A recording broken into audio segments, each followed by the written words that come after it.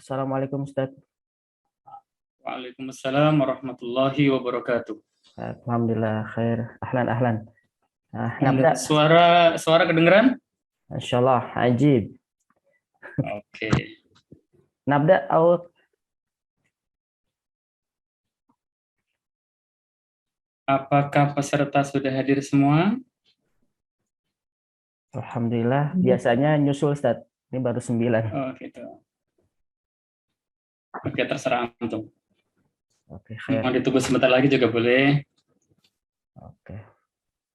Baik, kita baki ya salah dakwah Ustaz. Oke. Khair.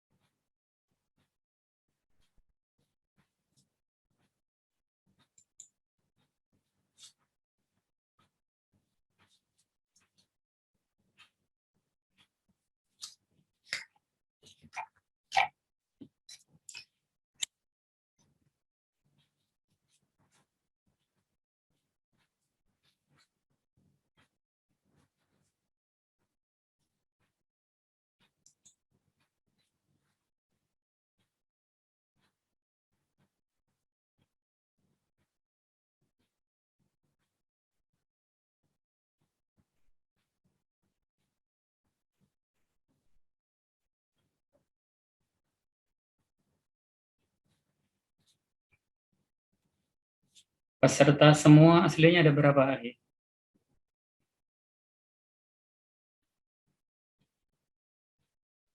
Ada sekitar 60-an Ustaz, 68.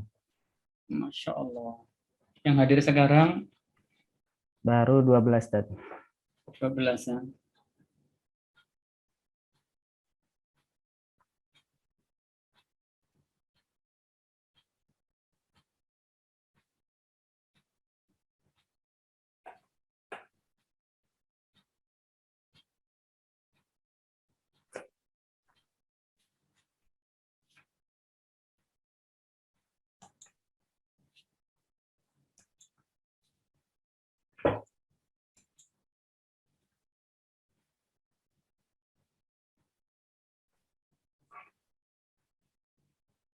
Slide saya munculkan dari situ terbaca nggak?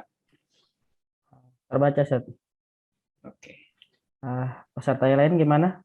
Lancar atau ada kendala? Suara ustadznya kadang-kadang terputus. Lola nyampenya itu lambat. Oh, Gitu mungkin, ya. mungkin sinyal. Lancar, amin. Kalau ke Johar bagus, Tad. Berarti tergantung lokasi. Tapi mungkin sambil jalan mudah-mudahan semuanya lancar lah insya Allah. Amin. Amin, amin. Nah, Ustadz, wasil Ustadz.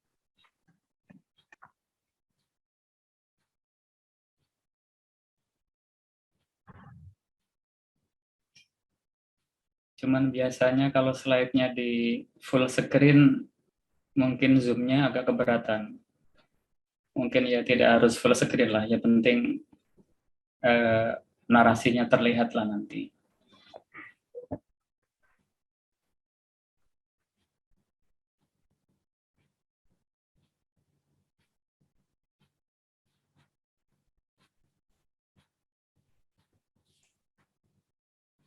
Oke.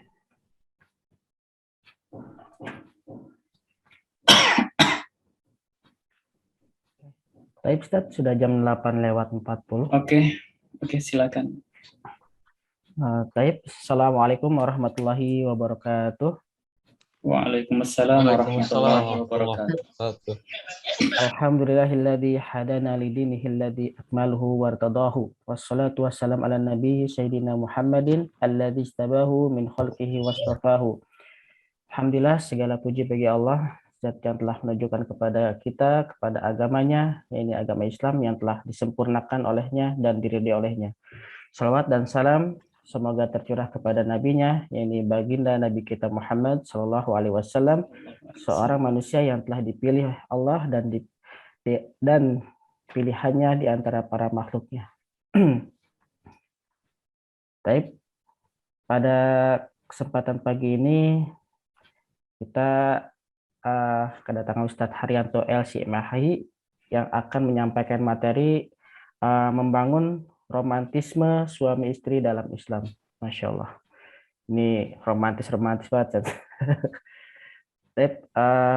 Yang insya Allah akan disampaikan sekali lagi oleh Ustadz Haryanto LCMAHI. Kepadanya, tafadhol masykurah. Baik, sekarang jam 8:41 di jam saya.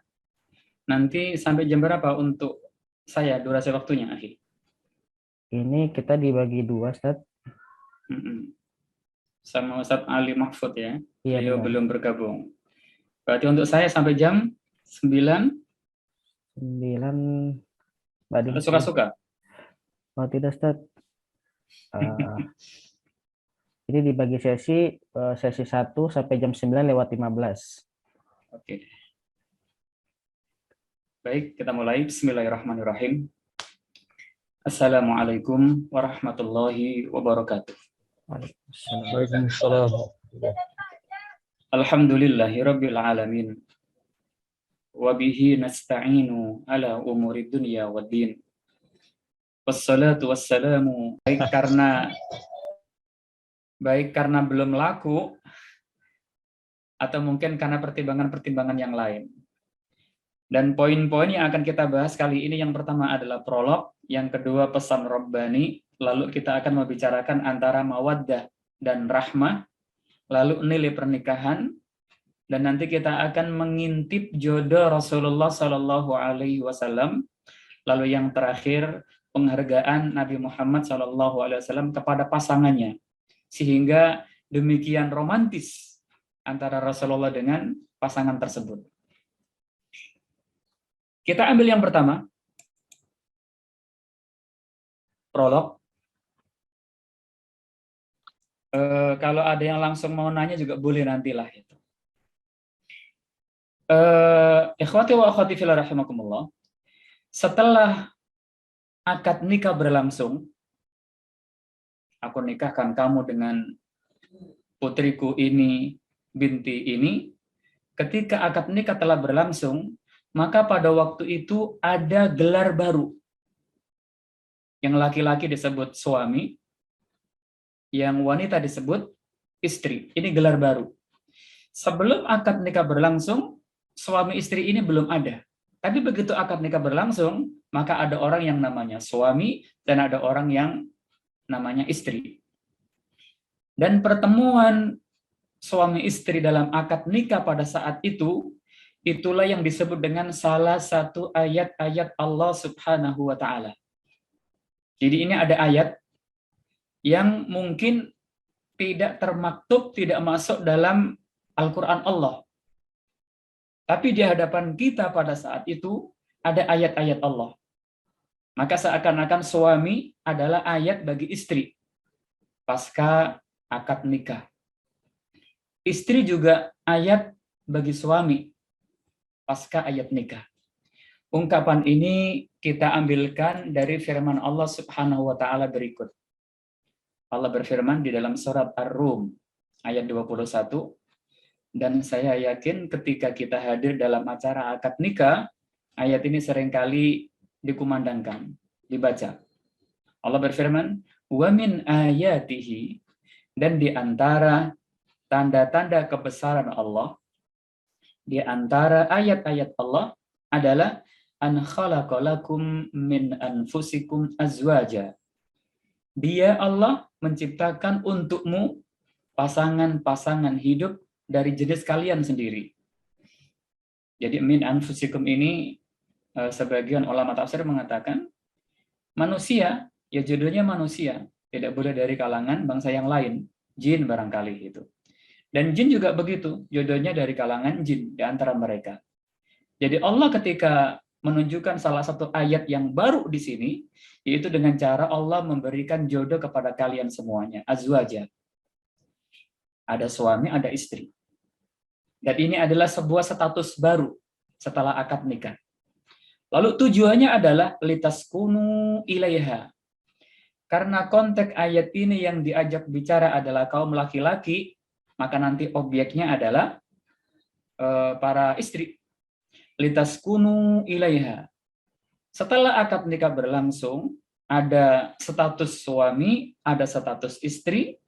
Lalu tujuan dari pernikahan itu adalah litaskunu ilaiha, agar kamu wahai suami bisa nyaman, tenang, romantis, harmonis dengan istri yang baru itu. Kalau konteksnya kita balik, kalau yang kita ajak bicara, mukhatabnya adalah istri, agar kalian semuanya pun nyaman, mendapatkan ketenangan, sakinah, romantis, harmonis bersama suami-suami kalian. Konteksnya ini kalau para istri. Jadi yang namanya sakinah itu dihadirkan oleh Allah Subhanahu wa taala kepada pasangan suami istri setelah akad nikah berlangsung. Maka nanti silakan kita diskusikan. Sebelum akad nikah, sakinah itu tidak ada sebenarnya. Sakinah yang hakiki itu tidak ada. Mungkin di sana ada hawa nafsu. Kadang-kadang karena hawa nafsu, maka yang buruk-buruk pun seakan-akan ditutup-tutupi. Tapi sakinah yang sebenarnya itu akan Allah munculkan setelah akad nikah. Litaskunu ilaiha. Dan ketika Allah bicara tentang sakinah, Allah mengatakan wa ja'ala bainakum, dan Allah menjadikan di antara kalian wahai suami istri, Allah menjadikan apa? Di sini ada 2 poin.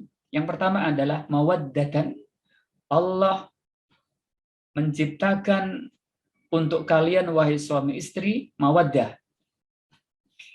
Kalau terjemahan Depak di sini rasa kasih, warahmah, dan rasa sayang. Sementara kita menggunakan terjemahan Depak. Jadi setelah akad nikah, lalu ada muncul sakinah. Di dalam sakinah itu, di dalam bungkus sakinah itu ada 2 hal. Yang pertama adalah mawaddah, kasih. Yang kedua adalah rahmah, sayang. Inna fi dzalika, di dalam hal yang tadi kita bicarakan adalah ayatin. Ada banyak ayat, ada banyak tanda untuk siapa? Liqaumin, untuk sekelompok orang yatafakkarun, yang mau berpikir. Jadi ini masalah ini harus selalu kita analisa, harus kita pikirkan, lalu kita nanti bisa mengambil konklusinya, ulasannya seperti apa itu. Di sini ada sakinah, ada mawaddah, ada rahmah. Sehingga seringkali ketika akad nikah berlangsung, 3 ini selalu disebut-sebut, mudah-mudahan mendapatkan sakinah, mawaddah, warahmah itu. Padahal sebenarnya bukan begitu. Sakinah, ketenangan, kebahagiaan, romantisme, keharmonisan, ini adalah tujuan utama sebuah pernikahan. Tujuan utamanya adalah sakinah. Adapun kenikmatan-kenikmatan yang lain pasca pernikahan, umpama kekayaan, harta, lalu keturunan anak, itu adalah tujuan berikutnya. Tapi tujuan utamanya adalah sakinah. Lalu ada tambahan-tambahan yang lain. Dan sakinah ini kan wadah. Di dalam sakinah ada 2 poin. Kalau salah satunya hilang, sakinah pun akan hilang. Yaitu mawaddah dan rahmah. Jadi sekali lagi, bukan sakinah itu poin tersendiri, mawaddah itu yang kedua, rahmah itu yang ketiga, bukan. Tapi mawaddah sama rahmah ini adalah 2 hal yang tersimpan di dalam sakinah. Jadi ibaratnya sakinah ini adalah sebuah wadah yang Allah berikan kepada suami istri pasca akad nikah. Di dalam wadah ini ada 2 hal, mawaddah dan rahmah. Jadi ini bukan 3 poin sekali lagi, tapi poin pertama sakinah, di dalamnya ada 2 hal. Jangan dibalik-balik gitu. Nah, sekarang kita akan mendiskusikan Apa itu mawaddah, apa itu rahmah. Karena kalau kita full screen ini mungkin nge-lag, jadi sementara kita buka manual saja. Apa perbedaan antara mawaddah dan rahmah? Sederhananya seperti ini. Mawaddah itu adalah perasaan sayang kita, perasaan cinta kita kepada pasangan kita karena kita melihat kelebihan yang dimiliki oleh pasangan kita. Mungkin kalau suami melihat istrinya, lalu cinta, kalau cintanya itu muncul karena kelebihannya, dia cantik, dia cerdas. Kita apa adanya, dia cantik, dia cerdas, dia kaya, dia keturunan dari keluarga ningrat, dadanya berwarna merah, apalagi itu, supel, menarik, dan lain sebagainya. Kelebihan-kelebihan yang membuat kita tertarik dengan orang itu, itulah yang disebut dengan mawaddah. Sedangkan rahmah, ini juga ketertarikan kita kepada pasangan kita, tapi rahmah ini cenderung karena kekurangannya. Yang kita sering sebut mungkin cenderung kasihan kita kepada pasangan kita. Karena orang pasti punya kelebihan, dan orang juga pasti punya kekurangan. Nah, ketertarikan kita kepada pasangan kita karena kelebihannya, itulah yang disebut dengan mawaddah. Dan perhatian kita kepada pasangan kita karena kekurangannya, itulah yang disebut dengan rahmah. Dan rumah tangga tidak cukup dengan mawaddah saja. Karena kadang-kadang kelebihan akan hilang. Kalau hanya mawaddah saja, mawaddah pun akan hilang. Tapi juga karena ada kekurangan. Sehingga kita empati, kita simpati, dan itulah rahmah. Sama, rumah tangga kalau sekedar rahmah saja, karena kasihan, saya menikahi dia karena kasihan, dia anak yatim. Tapi tidak muncul karena kelebihan yang menimbulkan kita cinta kepadanya, itu pun tidak akan tahan lama. Jadi, sebuah rumah tangga akan harmonis kalau kita memadukan antara dua ini. Mawaddah dan rahmah. Kalau dua-duanya saling melengkapi, dijamin ada sakinah, dan itulah romantisme kita dan keharmonisan kita hidup dalam rumah tangga. Sampai sini mudah-mudahan kita tidak salah paham lagi. Jadi sakinah itu adalah sebuah tujuan, itu sebuah wadah. Di dalamnya ada mawaddah dan ada rahmah. Dan rahmah saja tidak cukup karena tidak akan tahan lama. Mawaddah saja pun tidak cukup, dia pun tidak akan bertahan lama. Dua-duanya harus saling melengkapi dan berkesinambungan. Nah, dari sini saya akan mengangkat sebuah riwayat panjang untuk melengkapi mawaddah dan rahmah ini. Karena kalau orang itu punya mawaddah sama rahmah, maka istri akan sanggup melengkapi kekurangan suaminya, dan suami pun akan sanggup melengkapi kekurangan istrinya, sehingga muncul rahmah. Sama, istri akan bangga dengan suaminya, dan suami pun akan bangga dengan istrinya, maka akan muncul mawaddah. Kalau salah satunya hilang, maka romantisme pun akan pincang, bahkan hilang. Ini ada sebuah kisah. Dan sepertinya kisah ini jarang sampai kepada kita. Peristiwa ini menimpa keluarganya seorang nabi, dan keluarga ini sebenarnya setiap hari sudah kita sebut-sebut. Waktu kita sholat dalam tasyahud, terutama tasyahud akhir, kan kita selalu bersolawat kepada dua keluarga. Keluarga besarnya Nabi Muhammad dan keluarga besarnya Nabi Ibrahim alaihissalam. Allahumma sholli ala Muhammad wa ala ali Muhammad kama shallaita ala Ibrahim wa ala ali Ibrahim. Wa barik ala Muhammad wa ala ali Muhammad kama barakta ala Ibrahim wa ala ali Ibrahim. Kalau kita memberikan doa keselamatan dan berkah kepada keluarga Nabi Muhammad, wajar. Karena Nabi Muhammad adalah nabi kita. Sementara Nabi Ibrahim kan bukan nabi kita. Itu nabinya Allah, kita disuruh untuk mengimaninya. Tapi Nabi Ibrahim diutus oleh Allah bukan untuk kita. Risalahnya Nabi Ibrahim bukan untuk kita, tapi untuk umatnya pada waktu itu. Tapi ternyata dalam sholat kita, keluarganya Nabi Ibrahim, kita doakan terus. Kita kirim sholawat, kita kirim berkah. Kenapa? Ini ada kisah menarik. Nabi Ibrahim kan tinggalnya itu di wilayah Syam. Sekarang itu Palestina. Dulu namanya Kan'an. Di Syam itu. Sementara Nabi Ismail sejak orok kan dibawa oleh Nabi Ibrahim ke kota Mekah bersama ibu kandungnya Hajar. Jadi akhirnya Nabi Ibrahim tinggal di Syam bersama istri yang pertama Sarah dan istri yang kedua Hajar bersama anaknya yang masih kecil Ismail tinggal di kota Mekah. Kota Mekah. Dan jarak antara Syam dengan Mekah cukup jauh lah itu. Sampai sekian tahun berikutnya Hajar itu wafat dan Ismail tinggal sendirian di kota Mekah. Sementara Ibrahim tinggal di Kan'an, Palestina, Syam itu. Dan karena sudah cukup dewasa, Nabi Ismail pun menikah di kota Mekah. Menikah dengan seorang wanita yang menjadi istrinya. Pasca pernikahan, Ismail menjadi suami, wanita yang dinikahi menjadi istri. Apakah mereka harmonis? Apakah mereka romantis dalam hidupnya? Nah, sekarang kita lihat. Pada suatu hari, Nabi Ibrahim ini berkunjung untuk menjenguk anaknya Ismail. Jadi dari Syam, Palestina, datang ke kota Mekah. Ketika Nabi Ibrahim sampai rumahnya Ismail, Nabi Ismail tidak ada di rumah. Lalu Nabi Ibrahim bertanya kepada sang istri, menantunya. Cuman menantunya itu tidak mengenali bahwasannya yang datang itu adalah bapak mertua Nabi Ibrahim. Karena jarak jauh, tidak ada komunikasi video call, jadi tidak mengenal. Lalu Nabi Ibrahim bertanya kepada istrinya Nabi Ismail, Aina zaujuk, mana suamimu? Maksudnya Nabi Ismail. Kata sang istri, kharaja yabtaghi lana.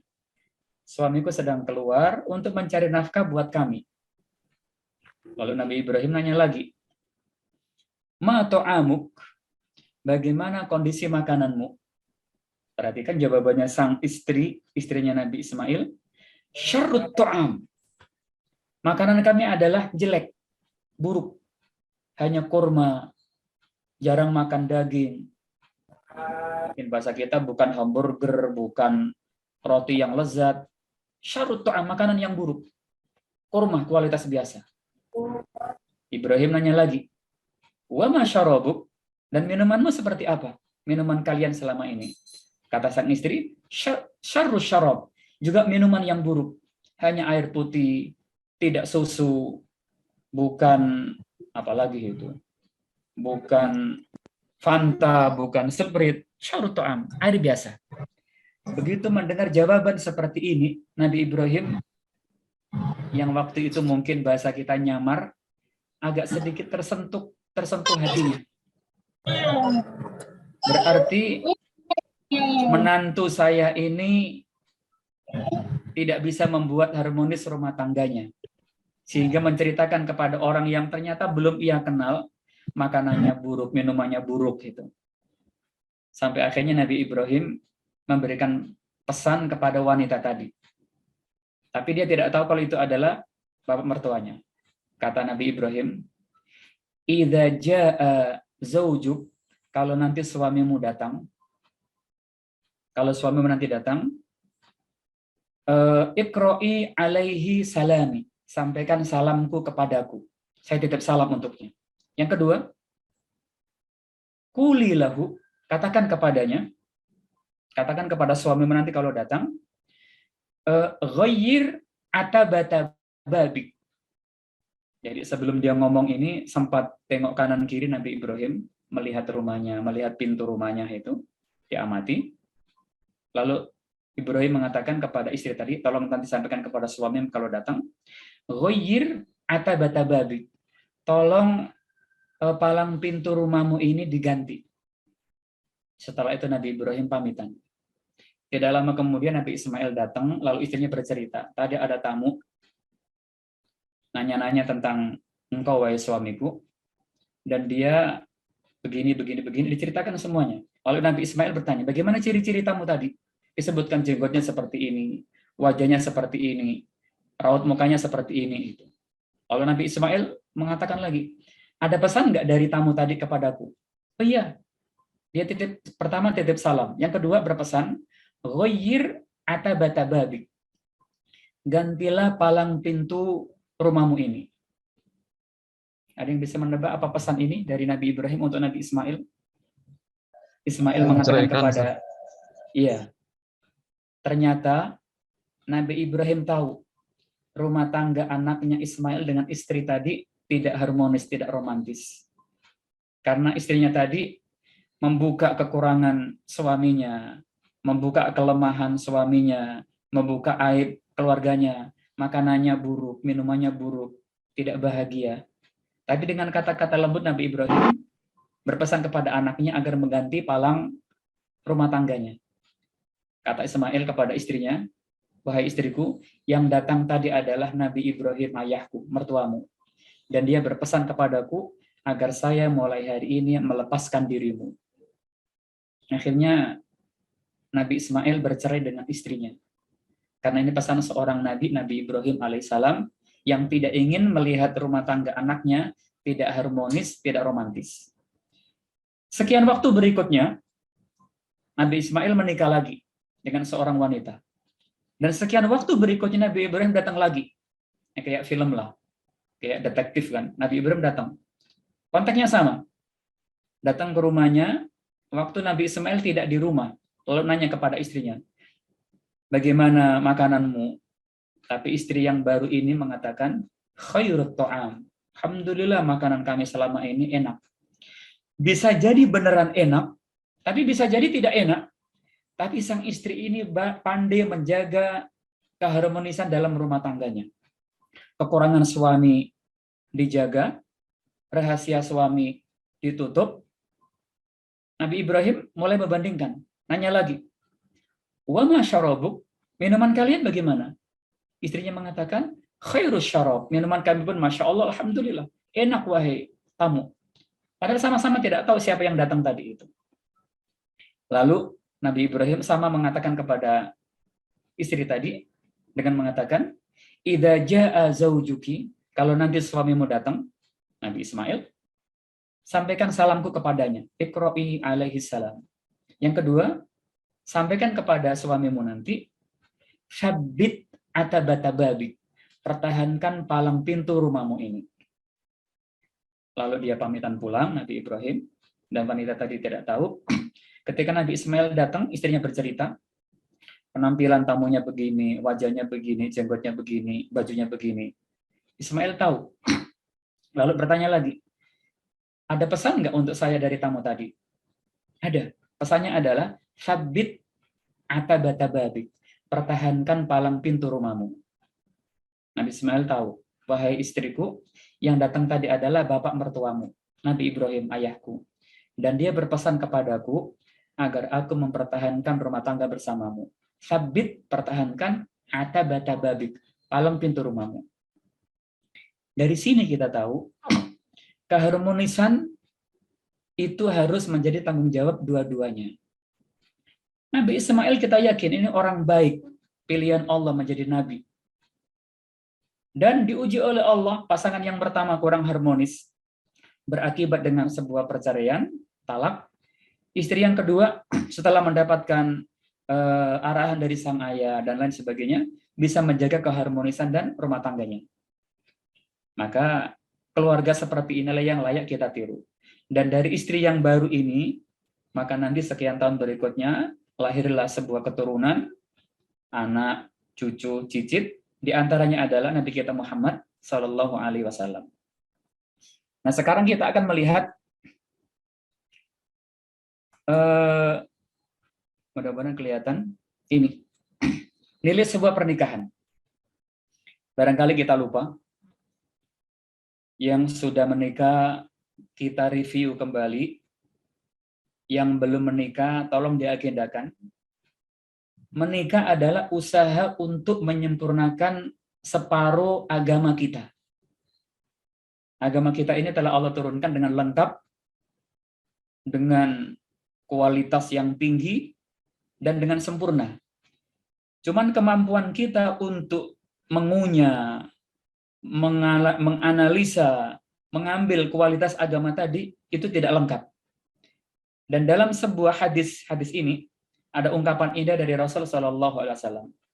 Kata Rasulullah dalam sebuah hadis yang diriwayatkan oleh Anas bin Malik, Nabi bersabda, "Man tazawwaja, barang siapa yang menikah, qabiltu nikahaha wa tazwijaha li nafsi bil mahri kijang inova halan kontan sah man tazawwaja, barang siapa yang sudah menikah, kata Rasulullah, faqad istakmala nisfad din, berarti orang itu telah berusaha menyempurnakan setengah agamanya. Jadi 50% agama kita itu sudah dalam genggaman tangan kita. Faliyattaqillah, maka hendaklah setelah itu dia selalu bertakwa kepada Allah, takut kepada Allah, finnis fil baqi, di sisa separuh agama yang belum sempurna. Jadi kalau kita sudah menikah, alhamdulillah Allah memudahkan separuh agama itu sudah mulai mendekati sempurna.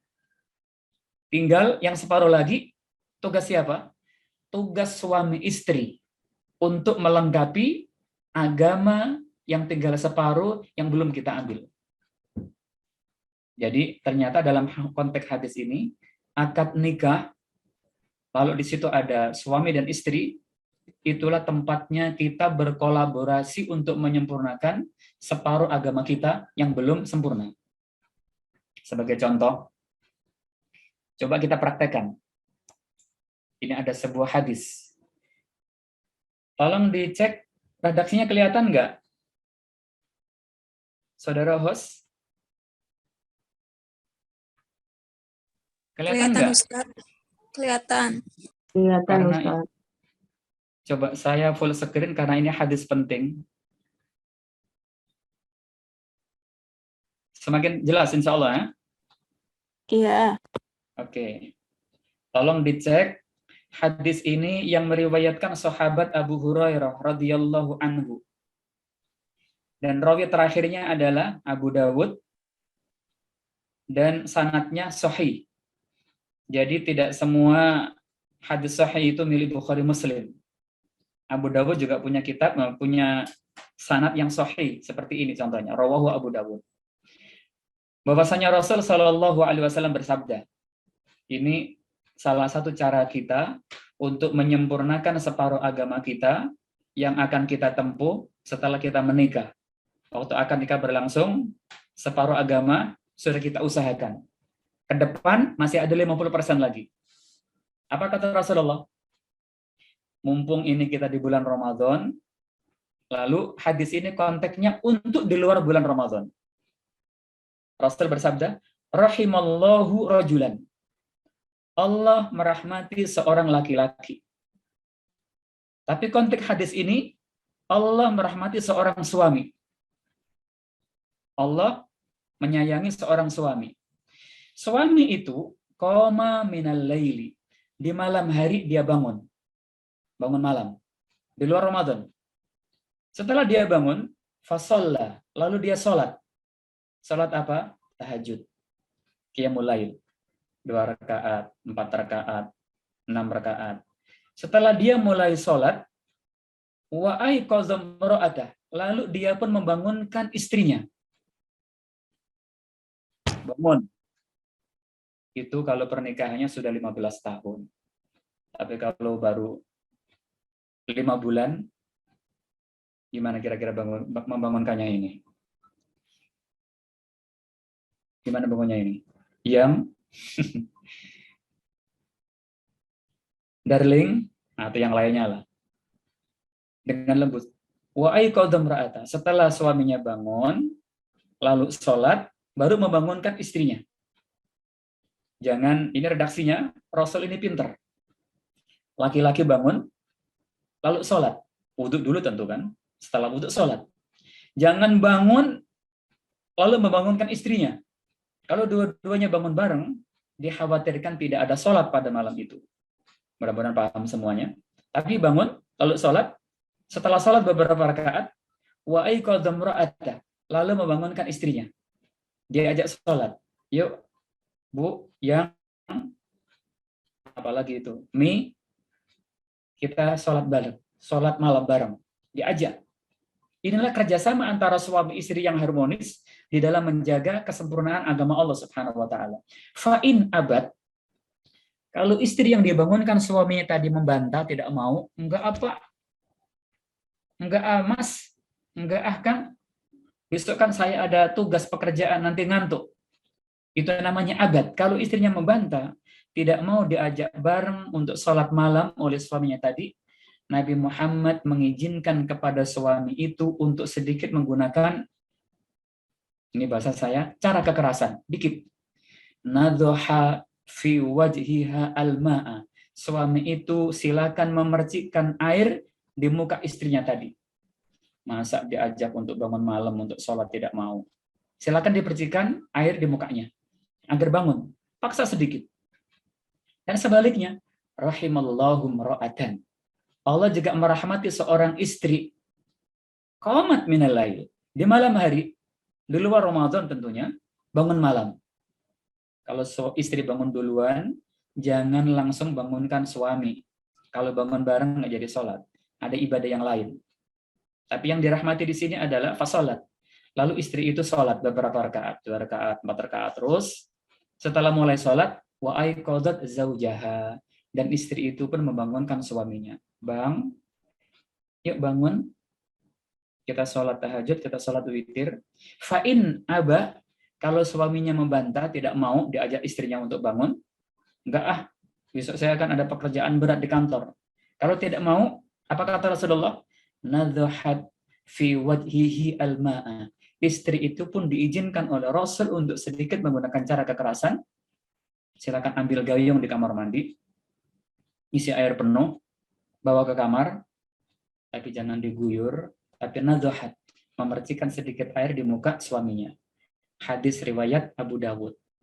Jadi kalau nanti ada seorang istri bangun malam, bangunin suaminya tidak mau, ambil air, cipratin mukanya.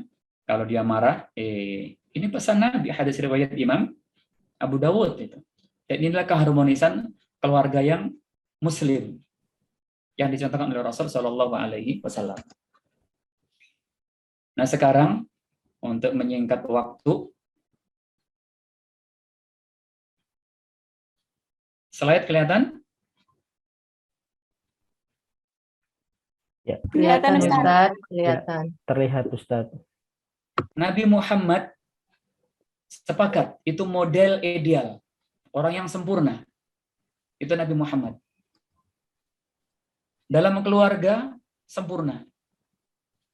Di tengah-tengah masyarakat, sempurna. Dalam dunia pendidikan, luar biasa. Dalam dunia politik, hebat. Dan lain-lain. Ini orang hebat. Kita sepakat. Mungkin yang belajar sirah, melihat. Ini sosok yang sangat sempurna. Pertanyaannya adalah, kita ambil konteks keluarga. Ternyata Nabi Muhammad yang di depan istrinya suami hebat, ideal, di depan anak-anaknya ayah yang sempurna, hebat, di depan kakeknya, di depan cucunya kakek yang hebat, model keluarga ideal. Tolong dijawab. Jodohnya Nabi Muhammad sempurna nggak? Boleh, yang mau membuka mic silakan ini. Nabi Muhammad orang top, orang hebat, model ideal. Pertanyaannya, pasangan hidupnya, istrinya, ada yang sempurna nggak?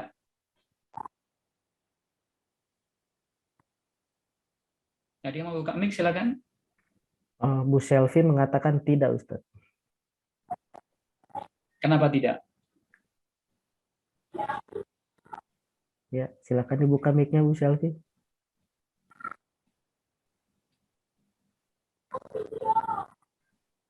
Ini kayaknya pesertanya berkeyakinan menjawab pertanyaan itu bisa membatalkan puasa. Padahal nggak ada mazhab seperti itu.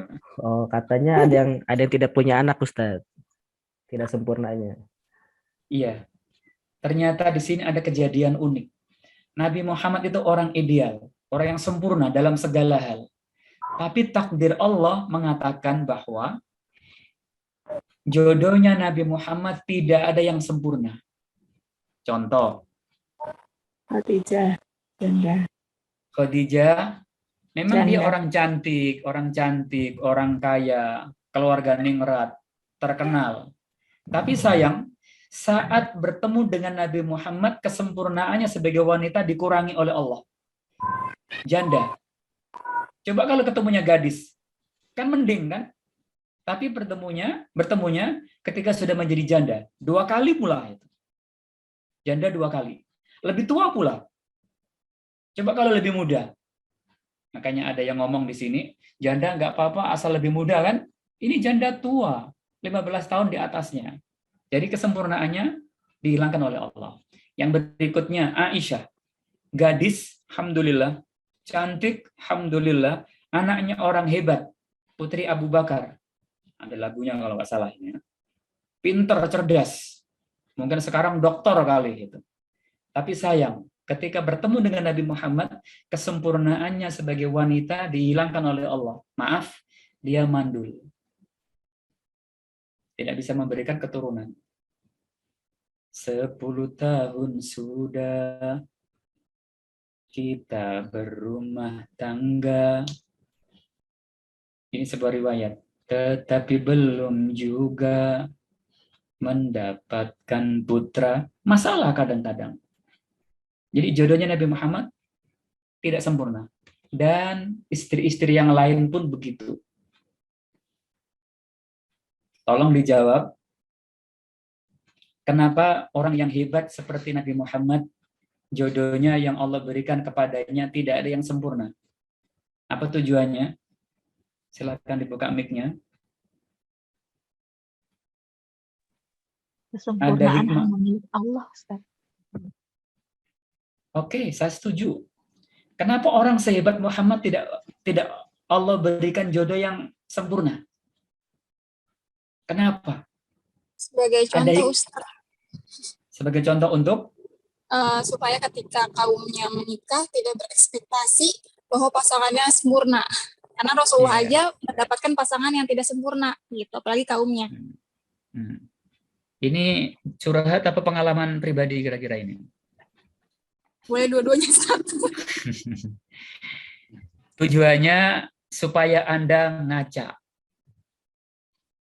Banyak orang yang tidak tahu diri itu, nggak ngaca itu. Kita kan jauh dari kesempurnaan. Tapi harapannya minta yang jodohnya itu sempurna. Yang laki-laki, istri saya harus seperti bidadari. Dia harus gadis, cantik, cerdas, kaya raya itu. Ngaca. Ngaca itu. Kalau nggak ada kaca, lihat itu air di sumur itu. Kalau nggak paham juga, nyemplung kata orang Betawi kan. Agar kita ngaca. Sama, seorang wanita kan apa itu standarnya kan tinggi. Suami saya harus begini, harus yang pintar agama, kaya raya, baik hati, maunya yang sempurna gitu. Kasih cermin, ngaca.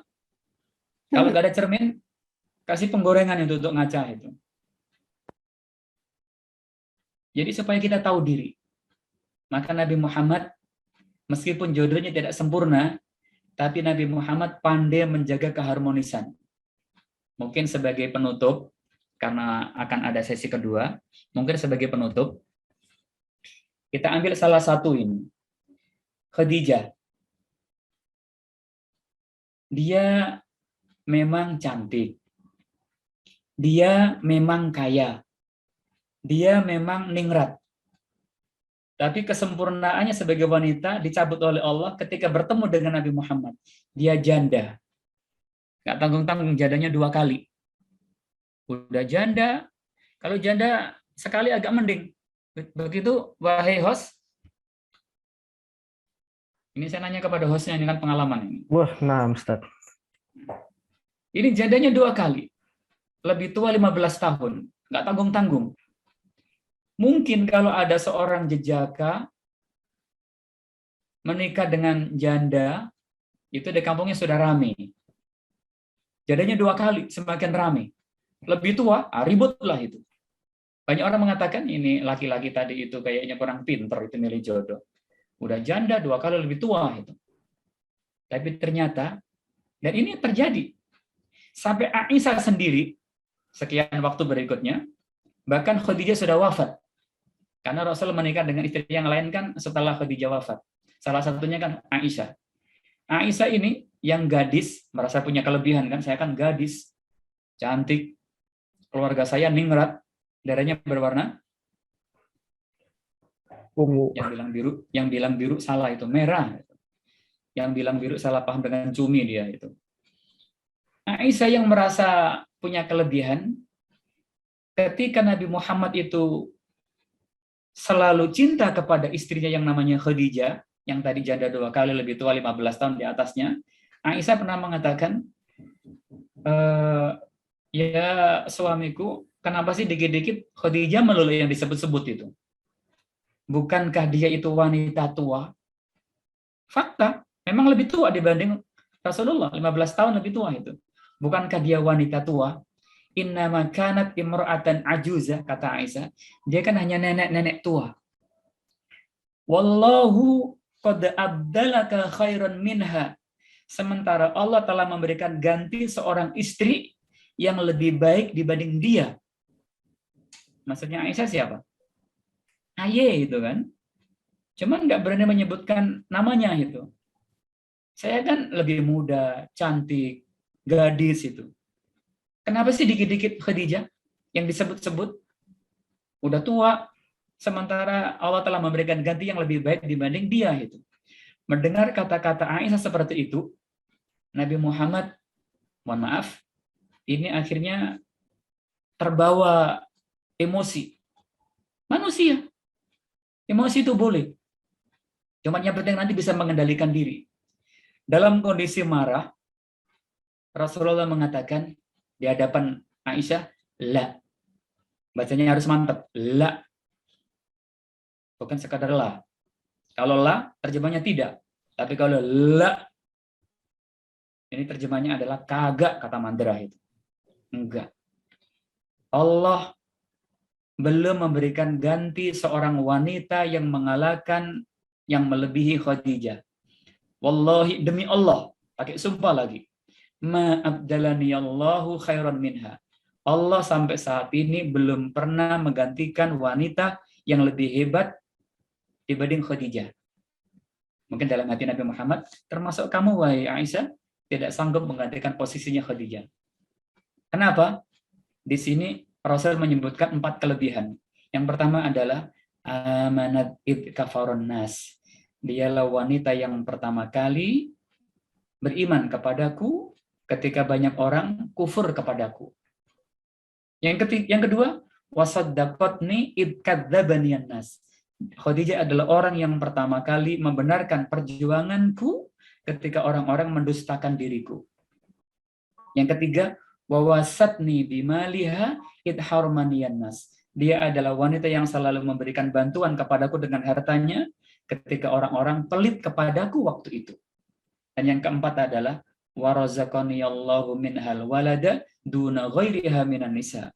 Dia adalah wanita yang melalui dia Allah memberikan rezeki keturunan kepadaku, sementara Allah tidak memberikan keturunan kepadaku dari wanita yang selain Khadijah.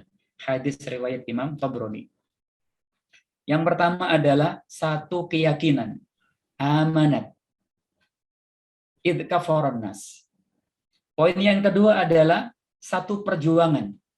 Meskipun satu keyakinan, satu agama, satu akidah, kadang-kadang suami istri tidak satu fikroh, tidak satu perjuangan. Kadang-kadang tidak harmonis itu rumah tangga. Satu agama, tapi kalau tidak harmonis, tidak satu perjuangan, bisa menjadi masalah. Istrinya ingin terlibat dalam organisasi keislaman dakwah, tapi suaminya tidak setuju. Lalu diveto. Enggak. Tidak harmonis. Maka yang satu fikroh itu perlu. Lalu yang ketiga, ini pengorbanan harta. Yang namanya cinta, rumah tangga, akan harmonis, butuh harta juga itu. Meskipun tidak menentukan, tapi diperlukan. Dan Rasul menikmati, merasakan keharmonisan rumah tangganya ketika istrinya seperti tadi. Dan derma, memberikan bantuan. Karena sudah satu akidah, sudah satu perjuangan, maka harta pun diberikan. Saling percaya. Lalu yang keempat, ini adalah titik kesuburan. Wa razaqaniyallahu minhal walada duna ghairiha minan nisa. Lalu Allah memberikan keturunan. Jadi subur pun perlu dalam rumah tangga dan untuk menjaga keharmonisan. Meskipun ini bukan tujuan utama dalam pernikahan.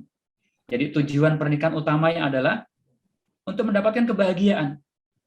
Meskipun kadang-kadang tidak Allah berikan anak keturunan kepada keluarga tadi, tapi Allah memberikan sakinah.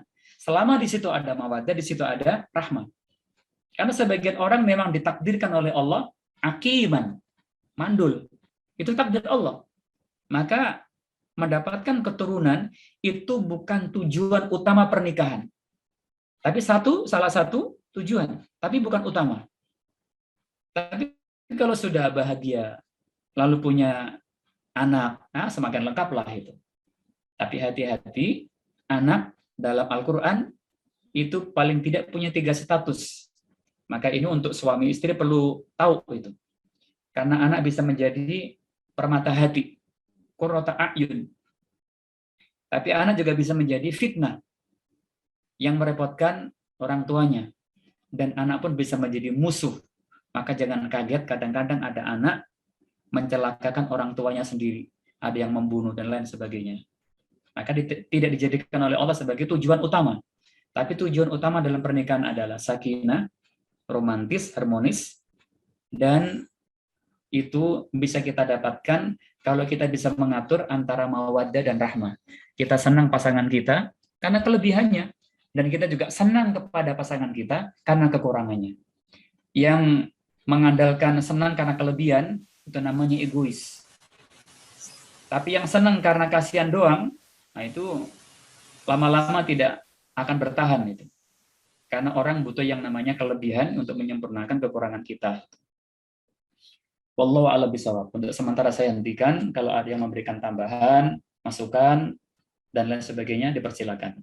Waktu sementara kita kembalikan kepada pembawa acara kita. Wallahu a'lam bishawab.